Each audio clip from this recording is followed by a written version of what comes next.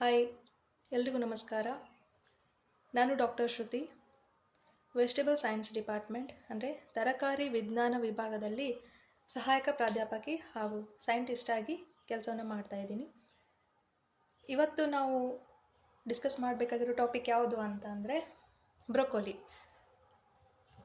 ಮುಖ್ಯವಾಗಿ ನನ್ನ ಸಬ್ಜೆಕ್ಟ್ ಬಂದುಬಿಟ್ಟು ವೆಜಿಟೇಬಲ್ ಸೈನ್ಸ್ ಆಗಿರೋದ್ರಿಂದ ವೆಜಿಟೇಬಲ್ ಸೈನ್ಸ್ ರಿಸರ್ಚ್ ಆಗಿರ್ಬೋದು ಅಥವಾ ನ್ಯೂಟ್ರಿಷನ್ ಆಗಿರೋದು ಇದು ನನ್ನ ಮೇಜರ್ ಸಬ್ಜೆಕ್ಟ್ಸ್.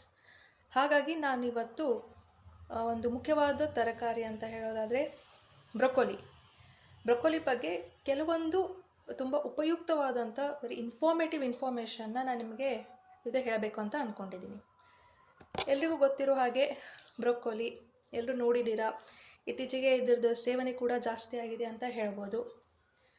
ಯಾಕೆ ಈ ಬ್ರೊಕೊಲಿ ಎಲ್ಲ ತರಕಾರಿಗಿಂತಲೂ ಯಾಕೆ ಮಹತ್ವವಾದ ಸ್ಥಾನವನ್ನು ಪಡೀತಾ ಇದೆ, ಯಾಕೆ ಇದರಲ್ಲಿ ನ್ಯೂಟ್ರಿಷನಲ್ ಕಾಂಪೊನೆಂಟ್ಸ್ ಜಾಸ್ತಿ ಇದೆ, ಆ ನ್ಯೂಟ್ರಿಷನಲ್ ಕಾಂಪೊನೆಂಟ್ಸ್ ತಿನ್ನೋದ್ರಿಂದ ಹೇಗೆ ನಮ್ಮ ಹೆಲ್ತ್ ಇಂಪ್ರೂವ್ ಆಗುತ್ತೆ ಅನ್ನೋದ್ರ ಬಗ್ಗೆ ನೋಡೋಣ. ಮುಖ್ಯವಾಗಿ ನಿಮ್ಗೆ ಗೊತ್ತಿರೋ ಹಾಗೆ ಇದು ಭಾರತದಲ್ಲಿ ಇತ್ತೀಚೆಗೆ ತುಂಬ ಪ್ರಾಮುಖ್ಯತೆಯನ್ನು ಪಡೀತಾ ಇದೆ. ಮುಖ್ಯವಾಗಿ ಇದರ ಉಗಮ ಸ್ಥಾನ ಬಂದುಬಿಟ್ಟು ಮೆಡಿಟರೇನಿಯನ್ ರೀಜನ್ ಅಂತ ಹೇಳ್ತೀವಿ. ಅಂದರೆ ಇದೊಂದು ಎಕ್ಸೋಟಿಕ್ ವೆಜಿಟೇಬಲ್ ಅಥವಾ ವಿದೇಶಿ ತರಕಾರಿ, ಪಾಶ್ಚಾತ್ಯ ತರಕಾರಿ ಅಂತ ಹೇಳ್ತೀವಿ.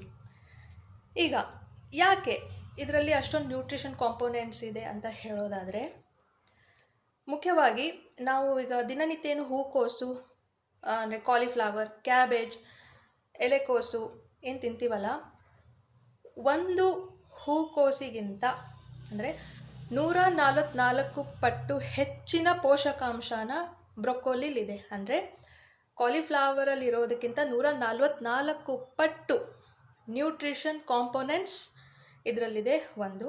ಹಾಗೆ ಕ್ಯಾಬೇಜಿಗೆ ಕಂಪೇರ್ ಮಾಡೋದಾದರೆ 22 ಪಟ್ಟು ನ್ಯೂಟ್ರಿಷನ್ ಕಾಂಪೊನೆಂಟ್ಸ್ ಬ್ರೊಕೊಲಿಲಿದೆ.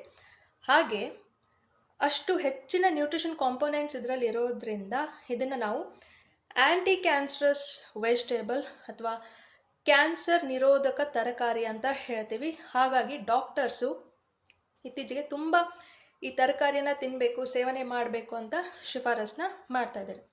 ಯಥೇಚ್ಛವಾಗಿ ನಮ್ಮ ತರಕಾರಿಯಲ್ಲಿರೋದಕ್ಕಿಂತ ಹೆಚ್ಚಿನ ಪೋಷಕಾಂಶನೂ ಇದರಲ್ಲಿದೆ. ಮುಖ್ಯವಾಗಿ ವಿಟಮಿನ್ ಸಿ ಅಂತ ಹೇಳ್ತೀವಿ, ಆ್ಯಂಟಿ ಕ್ಯಾರೋಟಿನಾಯ್ಡ್ಸ್ ಅಂತ ಹೇಳ್ತೀವಿ. ಈ ಹಸಿರು ಕಲರ್ ಇರೋರು ಕ್ಲೋರೋಫಿಲ್ ಕಂಟೆಂಟ್ ಜಾಸ್ತಿ ಇದೆ. ಹಾಗಾಗಿ ಇದು ತುಂಬ ಉಪಯುಕ್ತವಾದ ತರಕಾರಿ ಅಂತ ಹೇಳ್ತೀವಿ. ಸೊ ಎಲ್ರಿಗೂ ಗೊತ್ತಿರೋದು ಏನು ಅನ್ಕೋತಾರೆ ಅಂತಂದರೆ, ಕಾಲಿಫ್ಲವರ್ ಬೆಳ್ಳಗಿರುತ್ತೆ, ಹಸಿರು ಕಲರ್ ಇರೋದು ಬ್ರೊಕೊಲಿ ಅಂತ. ಹೌದು, ಹಸಿರು ಕಲರ್ ಇರೋದು, ಬಟ್ ಇದು ಹಸಿರು ಕಲರ್ ಕಾಲಿಫ್ಲವರ್ ಅಲ್ಲ. ಇದನ್ನು ನಾವು ಬ್ರೊಕೊಲಿ ಅಂತಲೇ ಹೇಳೋದು. ಇನ್ನು ನೆಕ್ಸ್ಟ್ ಇದ್ರದ್ದು ಸೇವನೆ ಬಗ್ಗೆ ತುಂಬ ತಪ್ಪು ಕಲ್ಪನೆ ಇದೆ ಜನರಲ್ಲಿ. ಏನಂತಂದರೆ, ನಾವು ಸಾಮಾನ್ಯವಾಗಿ ಪಲ್ಯ, ತರಕಾರಿ, ಸಬ್ಜಿ ಏನಂತ ಮಾಡ್ತೀವಲ್ಲ, ಆ ಥರ ಇದನ್ನು ಜಾಸ್ತಿ ಬೇಯಿಸೋ ಹಾಗಿಲ್ಲ, ಅಂದರೆ ಓವರ್ ಕುಕ್ ಮಾಡೋ ಹಾಗಿಲ್ಲ. ಯಾಕಂತಂದರೆ ಇದರಲ್ಲಿ ಎಷ್ಟು ಪೋಷಕಾಂಶ ಇದೆಯೋ, ಎಷ್ಟು ಹೀಟಿಗೆ, ಉಷ್ಣಕ್ಕೆ ಇದು ಎಕ್ಸ್ಪೋಜರ್ ಆಗುತ್ತಲ್ವ, ಅಷ್ಟೇ ಹೆಚ್ಚಿಗೆ ಉಷ್ಣಾಂಶಕ್ಕೆ ಎಕ್ಸ್ಪೋಜರ್ ಆದಂಗೆ ಇದರದ್ದು ನ್ಯೂಟ್ರಿಷನ್ ಕಡಿಮೆ ಆಗುತ್ತೆ. ಅದಕ್ಕೆ ನಾವು ಇದನ್ನು ಜಾಸ್ತಿ ಹೊತ್ತು ಎಣ್ಣೆಲಿ ತಾಳಿಸೋದು, ತುಂಬ ಬೇಯಿಸೋದು ಮಾಡಬಾರ್ದು. ಮಾಡಿದ್ರೆ ಇದರಲ್ಲಿರೋ ನ್ಯೂಟ್ರಿಷನ್ ಎಲ್ಲ ಹೋಗುತ್ತೆ, ಅಂದರೆ ನಮಗೆ ಅದರಿಂದ ಜಾಸ್ತಿ ಉಪಕಾರಿ ಆಗಲ್ಲ. ಹೇಗಪ್ಪ ಇದರ ಸೇವನೆ ಅಂತಂದರೆ, ಚಿಕ್ಕ ಪೀಸಾಗಿ ಕಟ್ ಮಾಡಿಕೊಂಡು ಬಿಸಿನೀರಲ್ಲಿ ಒಂದು 2-3 ನಿಮಿಷ ಕುದಿ ಬಂದಿರೋ ನೀರಲ್ಲಿ ಇದನ್ನು ಹಾಕಿ ಒಂದು 2 ನಿಮಿಷ ಬಿಟ್ಟು ನಾವು ಹೊರಗಡೆ ತಿಂದರೂ ಓಕೆ. ಇಲ್ಲ ಅಂತಂದರೆ ಆಲಿವ್ ಆಯಿಲ್ ಅಂತ ಏನು ಬರುತ್ತಲ್ಲ, ಸ್ವಲ್ಪ ಬಿಸಿ ಮಾಡಿ ಇದನ್ನು 1 ನಿಮಿಷ ತಾಳಿಸಿದ್ರೂ ಓಕೆ. ಅದಕ್ಕಿಂತ ಜಾಸ್ತಿ ಬೇಯಿಸೋ ಹಾಗಿಲ್ಲ ಅಥವಾ ಎಣ್ಣೆಯಲ್ಲಿ ತಾಳಿಸೋ ಹಾಗಿಲ್ಲ.